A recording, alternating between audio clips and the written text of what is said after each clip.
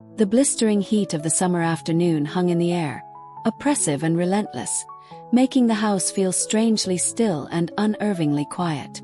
I stood alone in the kitchen, my hands mechanically chopping fruits for a light, cooling salad, trying to distract myself from the heaviness that seemed to settle in my chest.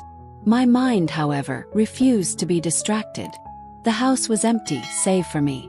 My husband, as he often was away again, consumed by work that always seemed to demand more of him than I did. I had grown accustomed to his absence, to the long stretches of time where I found myself alone in the silence, with only the hum of the refrigerator and the ticking of the clock to fill the void. The solitude, though familiar, always left a gnawing ache that never quite went away. And yet today, there was something in the air, a subtle shift, a tension that felt foreign, as though something unseen was stirring beneath the surface. Please share your thoughts in the comment section below. Each of your shares is not only a motivation for us but also contributes to spreading value to the community. If you find this content useful, don't forget to watch the whole video, like, subscribe, and share with someone you think needs to hear this too. As I absent-mindedly sliced through a strawberry, the quiet was broken by the sudden sound of footsteps. Jason, my 21-year-old stepson, appeared in the doorway. His presence, as always, brought an unexpected lightness to the room. His easygoing nature and youthful energy had a way of filling every space he entered, making even the most mundane moments feel brighter. Over the years, I had come to care for him deeply, watching him grow from a boy I barely knew into a young man I could now consider part of my family. I had grown fond of him, my feelings for him a quiet, steady affection that was woven into the fabric of our everyday life. But recently, something had changed between us, something I couldn't quite place. Jason had begun to act differently, in ways that tugged at something deep within me. His glances lingered longer than they used to, and the way he spoke to me had taken on a strange, almost cautious tone. I tried to push these thoughts aside, but they clung to me, impossible to ignore. Today, it seemed, was no different. His presence was there, but with it came a subtle unease that I couldn't shake, a feeling that perhaps, just perhaps, things were shifting in ways neither of us understood. "Hey, do you need any help?" Jason's voice broke the silence, casual yet laced with an undercurrent of uncertainty that instantly caught my attention.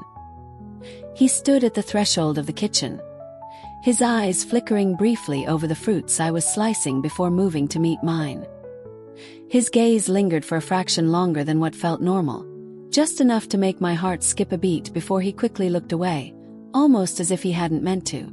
I tried to brush it off, offering him a warm smile, though something in me tightened at the moment. "Sure," I replied, my voice betraying none of the tension that had suddenly coiled inside me. "You can start with the cantaloupe." He nodded, stepping closer, his movements a bit stiff, unsure. There was something almost tentative in the way he approached me, something that hadn't been there before. He took the knife from my hand, his fingers brushing mine for a split second. That touch, so brief yet so electric, sent a strange shiver down my spine. It was almost as though time had paused in that fleeting moment. He didn't seem to notice, or perhaps he was pretending not to, but I felt it. This awkwardness that suddenly hung in the air between us like a heavy, unspoken word. He began slicing the melon, his hands initially steady, but with each passing second, I noticed the slightest tremor in his grip. It was subtle, barely perceptible, but it was there, an anxiousness that matched the quiet tension building in the room. As he focused on the cantaloupe, I reached for a bowl, my hand brushing against his in the process. In an instant, his entire body froze, his breath hitching as if he'd been startled. He quickly pulled his hand away, muttering an almost inaudible apology, his face flushing with something I couldn't quite place. Embarrassment, perhaps, or confusion. I nodded lightly, trying to dismiss the moment, but internally, I couldn't ignore the growing awareness of him, of us in that space. It wasn't just the accidental touch, it was the shift, the subtle change in the air between us. As we worked in silence, I caught him stealing quick glances in my direction, his eyes darting away whenever mine landed on him. Each time it happened, my heart seemed to beat a little faster, a little harder. It was so small, so fleeting, but it was there. A hesitation, a tension that hadn't been there before. His movements were careful, almost as though he were walking on a fragile edge, afraid of breaking something, afraid of what might happen if he leaned in too far. The room, once spacious and familiar, suddenly felt stifling, as if the walls were closing in, the air thick with unspoken words and the weight of something neither of us were ready to acknowledge. My breath, too, had become shallow, and I couldn't shake the feeling that this simple, everyday moment was teetering on the edge of something far more complicated. "Looks like we're all set," I said, my voice breaking the quiet hum of the kitchen as I slid the finished salad onto the counter, the crisp vegetables and vibrant fruits looking almost too perfect to touch. The sound of the bowl against the counter seemed louder than usual, as if the simple act of setting it down had carried more weight than I realized. Jason nodded in response, but there was something off in the way he did it. His face flushed with an inexplicable warmth, as though he were caught in the midst of an emotion he couldn't quite name or didn't want to acknowledge. He seemed to hesitate, standing just a little too still for a moment longer than necessary. His eyes avoiding mine as though there were a silent tension between us that neither of us was willing to confront. Finally, he muttered something about needing to make a phone call. His voice almost too soft, before he turned and quickly left the room. I stood there in the stillness, the quiet suddenly heavy, as I stared at the empty doorway he had just passed through. The room felt too large now, the silence too consuming. I replayed the entire interaction over and over in my mind, as though searching for some clue I had missed, some detail that might explain the strange, unspoken shift. I tried to convince myself it was nothing, just a fleeting moment, a passing awkwardness, something insignificant. Jason was young and maybe just a little shy, or perhaps he was nervous about something completely unrelated to me. But deep down I knew better. I could feel it, the way his glances had lingered, the faint tremor in his touch, the subtle but unmistakable wavering of his voice. It wasn't random, not at all.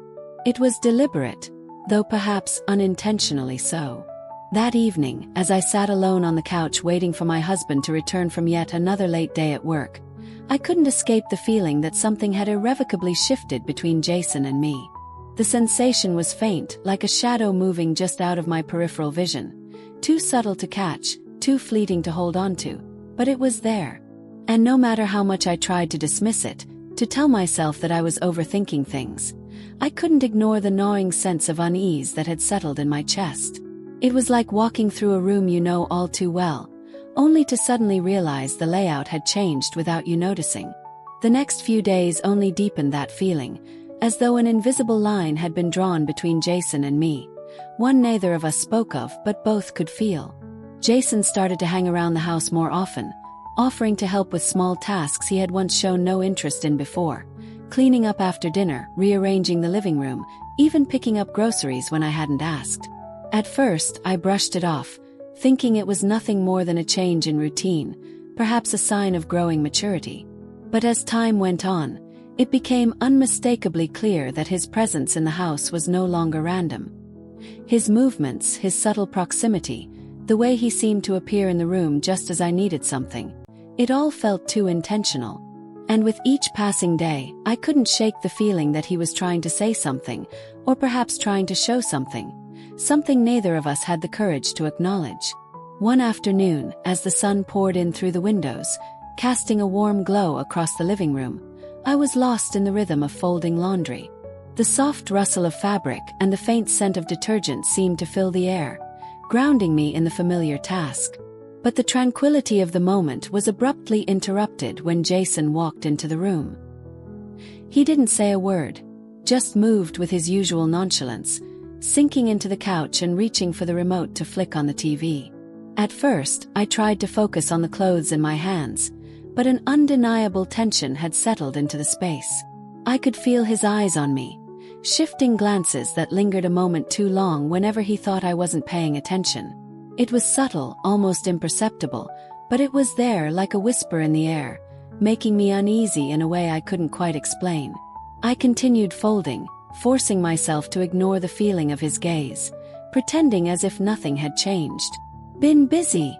he asked after a while, his voice breaking the silence. His tone was casual, almost as if he were asking about the weather, but the look on his face was anything but light. There was something different about the way he held himself, something more serious than usual, a kind of weight in his expression that set my nerves on edge. "Just keeping things in order," I replied, carefully avoiding his eyes as I folded a shirt. The words felt hollow as they left my mouth, and I regretted them instantly. The silence stretched out between us, thick and uncomfortable, as if neither of us knew what to say next. I could hear the sound of the TV in the background, but it felt like it was playing in a distant world, disconnected from the tension that simmered in the room. Finally, unable to ignore the heavy quiet any longer, I looked up.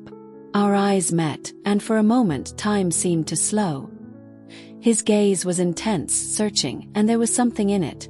Curiosity, perhaps, or something deeper, that sent a chill down my spine. It was as though he was trying to read me, trying to uncover something I wasn't ready to share.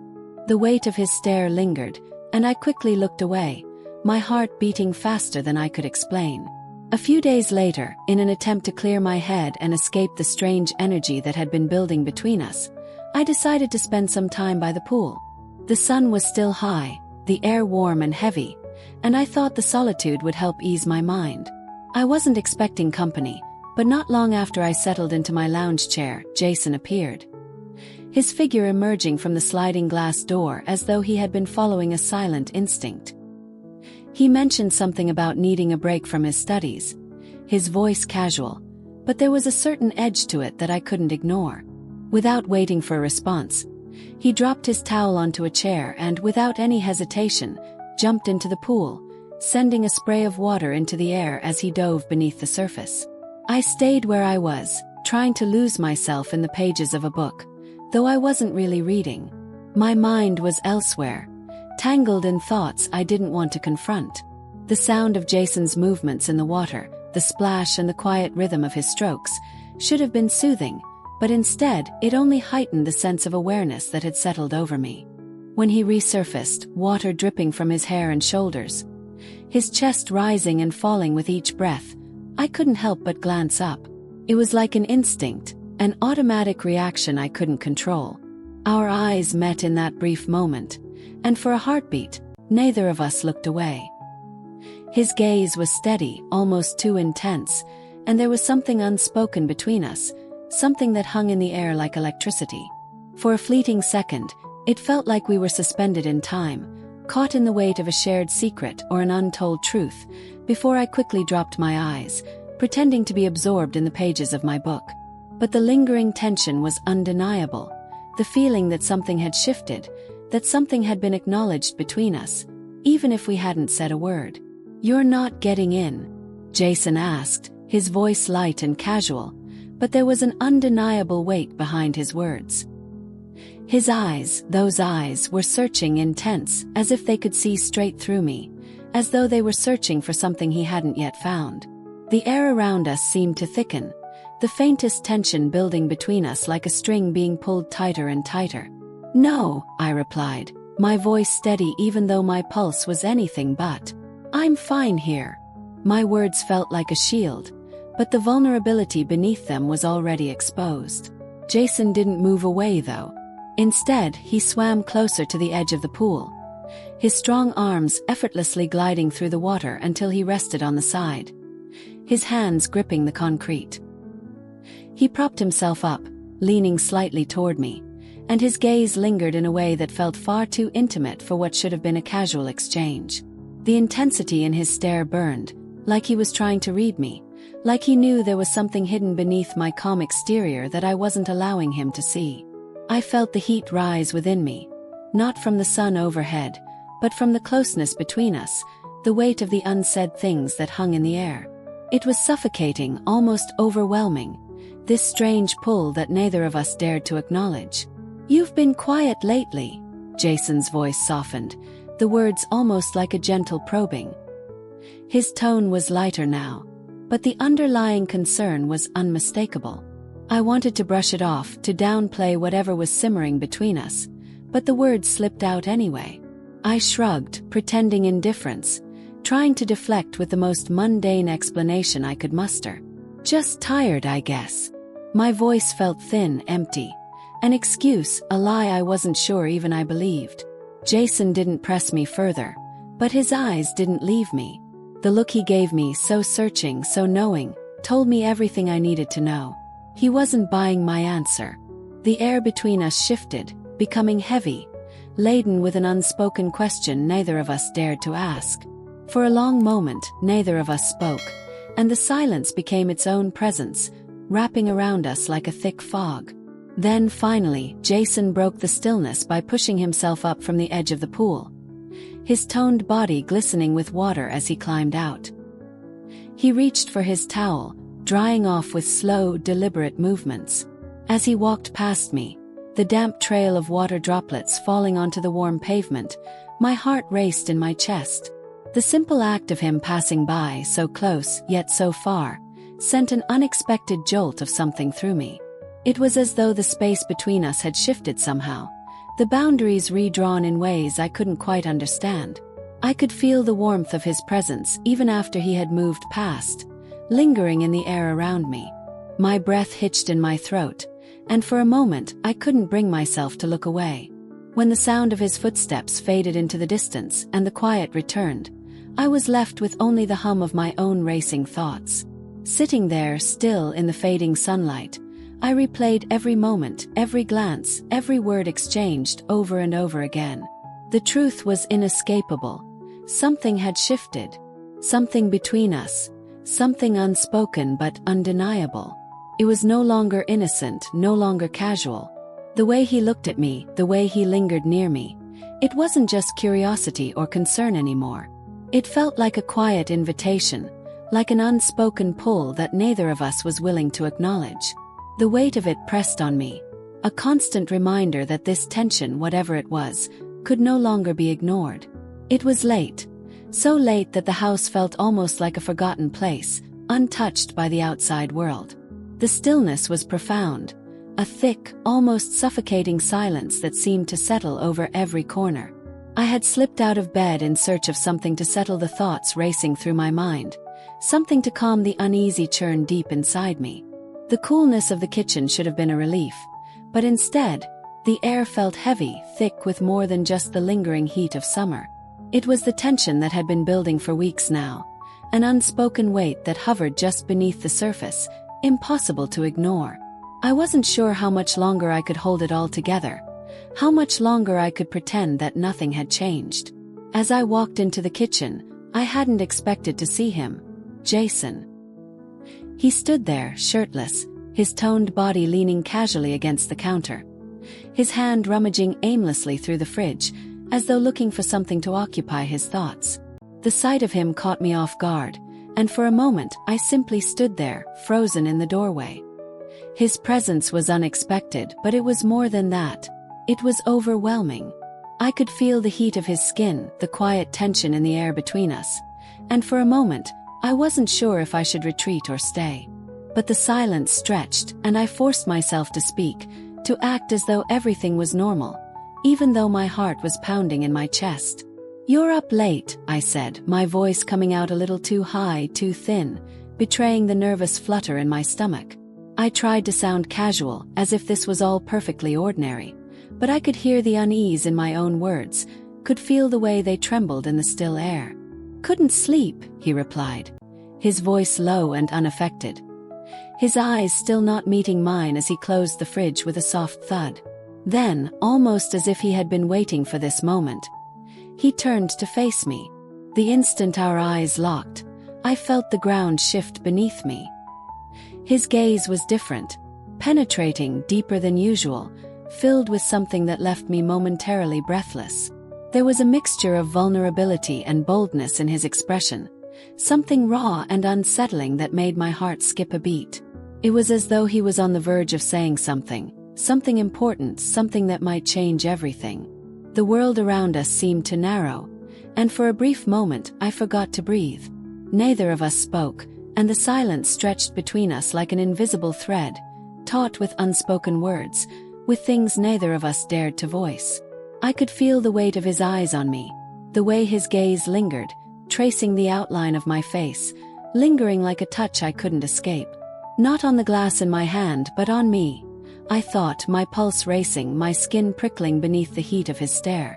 Finally, he broke the silence, his voice hesitant, as though testing the waters, unsure whether to proceed or pull back.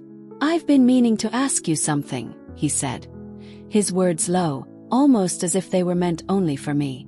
The way he spoke, his tone unsure yet earnest, sent a ripple of unease through me, and I couldn't quite shake the feeling that something was about to shift in that moment.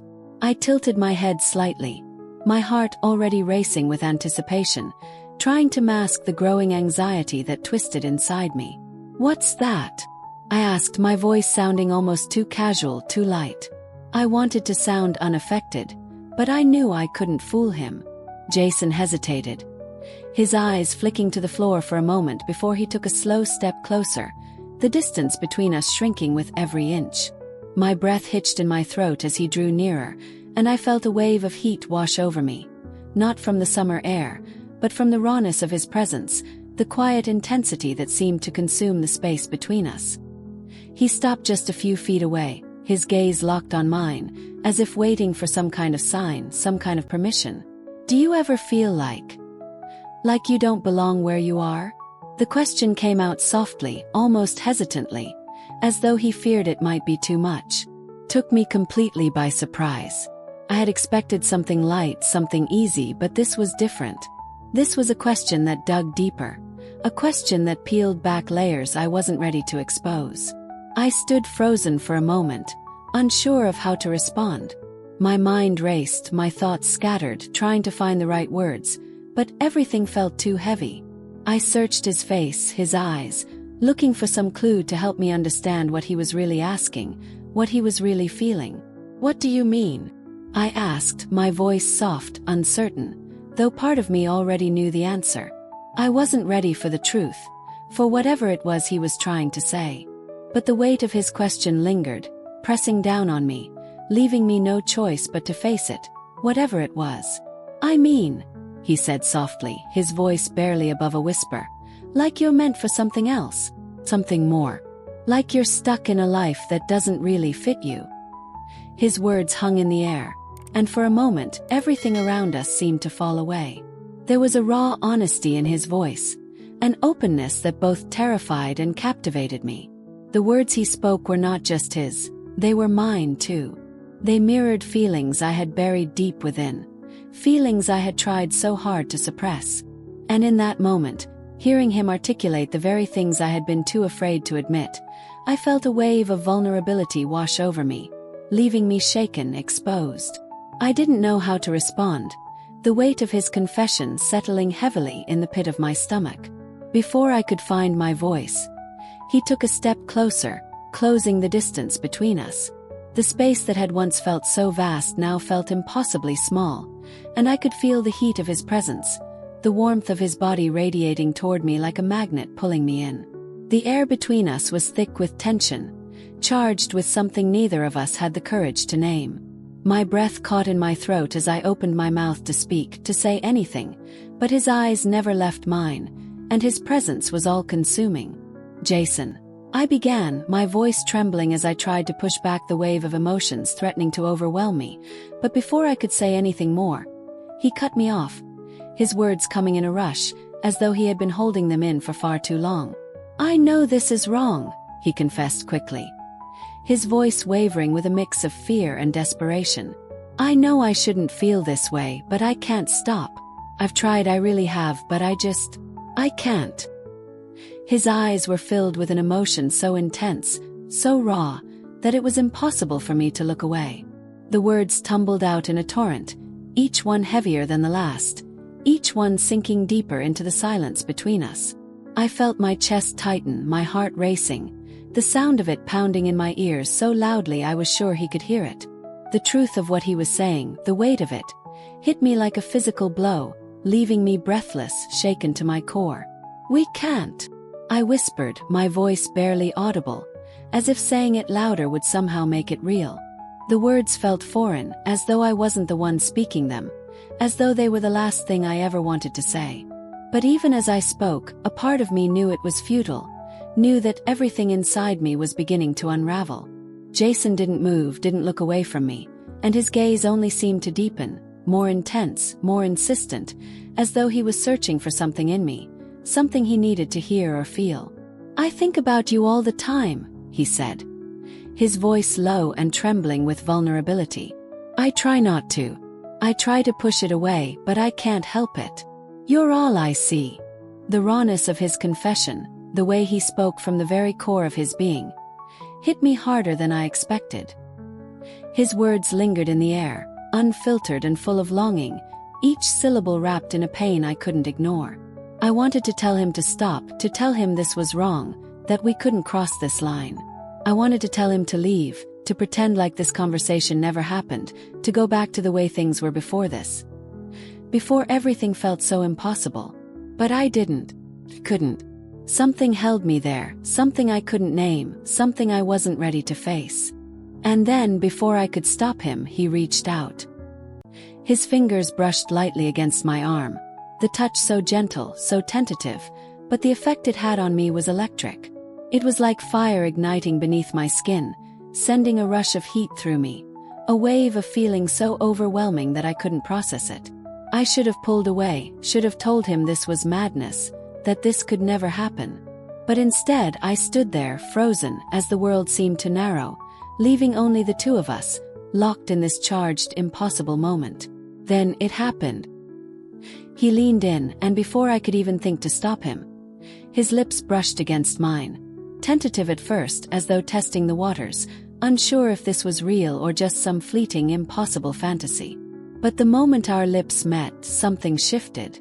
The kiss deepened, and everything inside me spiraled, crashing into a storm of emotions that I couldn't control. It was electric, overwhelming, and entirely wrong. It felt like everything inside me was on fire, like I was losing myself in something I knew I should never be a part of.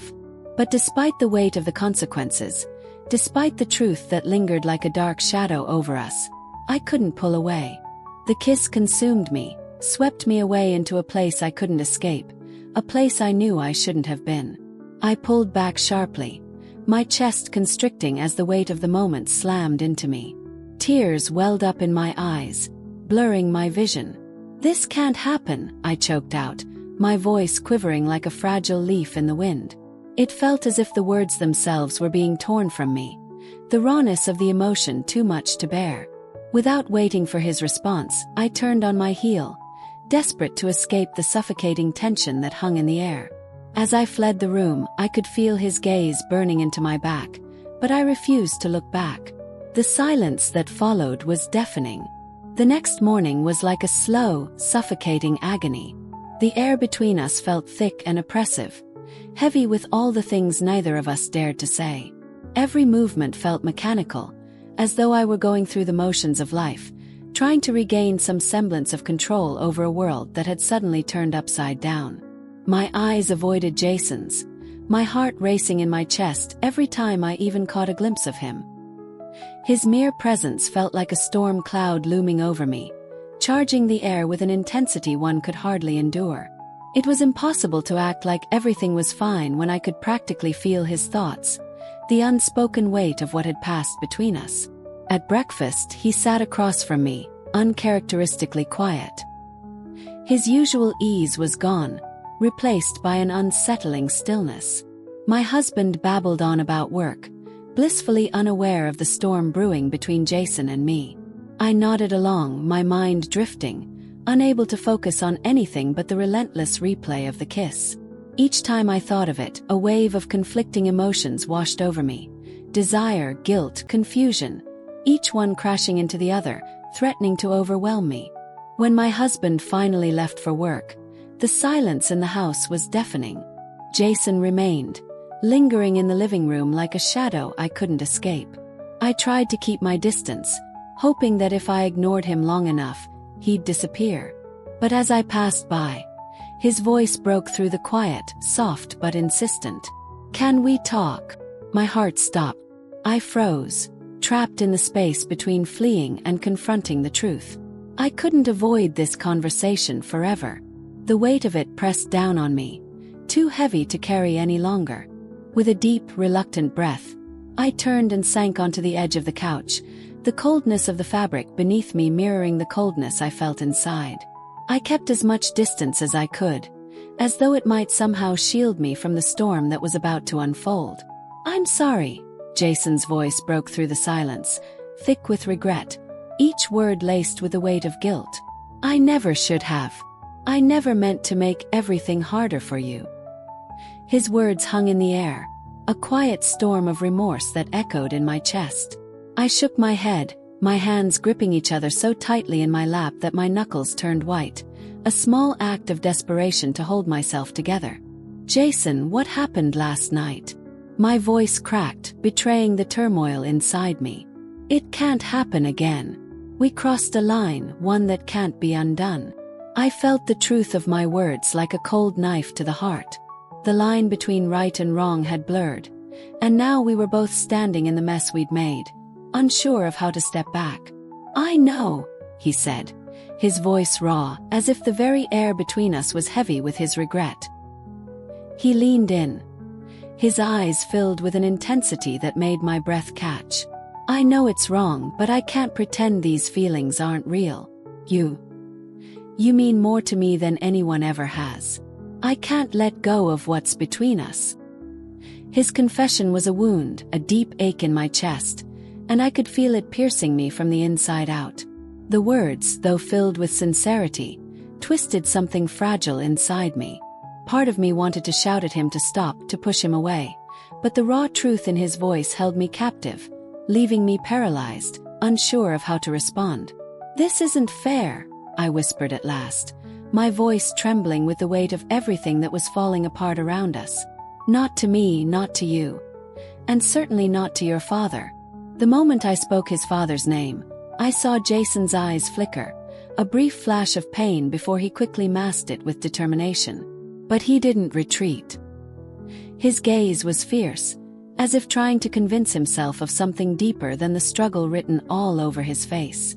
"I can't help how I feel," he murmured, his voice barely more than a whisper, as though the weight of his words could shatter him. "I know you feel something too. Don't lie to me, don't say you don't." The truth hung between us, suffocating, undeniable. The air was thick with it, and as much as I wanted to argue, to pretend that what we'd shared didn't matter, I couldn't. I couldn't lie to him, not when his words made my own heart beat in ways I couldn't explain. "What we feel doesn't matter," I said, my voice more firm this time, though it shook with emotion. "It doesn't change what's right or wrong. We have to let this go, Jason. We can't keep doing this to him." I swallowed hard, my throat tightening with the burden of it all. The thought of hurting his father, of betraying everything we both knew was sacred, was suffocating. Jason's eyes were a battlefield. Conflict, desire, pain, all tangled together. "I don't want to hurt him," he said softly, his voice thick with the weight of his words. "But I can't pretend this isn't real. You're the only person who's ever made me feel like this, and I can't just erase it. I can't." His confession was a plea, an unspoken cry for understanding, for something that felt impossible, yet so undeniable. In that moment, it wasn't just his voice that held me. It was the way he looked at me, like we were two people standing at the edge of something both dangerous and beautiful, and neither of us knew how to step back. Before I could gather my thoughts, the unmistakable sound of a car pulling into the driveway sliced through the fragile air between us. My heart jolted in my chest as the realization hit me like a wave. I hadn't expected him home so early. Panic surged through me, sharp and cold. Jason and I locked eyes, and in that fleeting moment, I saw the same rush of terror reflected in his gaze. Without a word, he sprang to his feet, his movements quick and desperate, as if trying to escape the weight of what we'd just shared. He retreated down the hallway, his footsteps echoing in the silence that followed, each one feeling like a painful reminder of the distance growing between us. As I stood there, frozen, watching him vanish into the shadows of the hallway, a deep, unrelenting ache settled in my chest, a dull, gnawing pain I couldn't begin to name or understand. It was as if something inside me had been irreparably shifted, and the echo of it lingered, haunting me. The lines that had once defined everything, right from wrong, loyalty from betrayal, had become nothing more than distant memories, blurred and indistinct. I felt as if I was standing on the edge of an abyss, unable to turn back, yet too afraid to move forward. My heart was torn in a dozen directions, each beat heavy with conflicting emotions. Guilt that weighed down on me like an anchor, the loyalty I still clung to with trembling hands, and then something else. Something deeper, something I dared not name, yet it pulsed in my veins like a forbidden fire. Terrified me. I didn't know what it was or how to make sense of it, but I knew, deep down, it would change everything. And in that moment of excruciating clarity, for the first time, I was no longer certain of what I was capable of, what I would choose to do. I was lost in a storm of emotions, none of them simple or pure, and the path ahead felt uncertain, treacherous. The ground beneath me seemed to shift with every heartbeat, and I had no idea where I would land when the storm finally settled. Thank you for staying with us. If you find it interesting and useful, please subscribe, like, and share so you don't miss the next video. Thanks.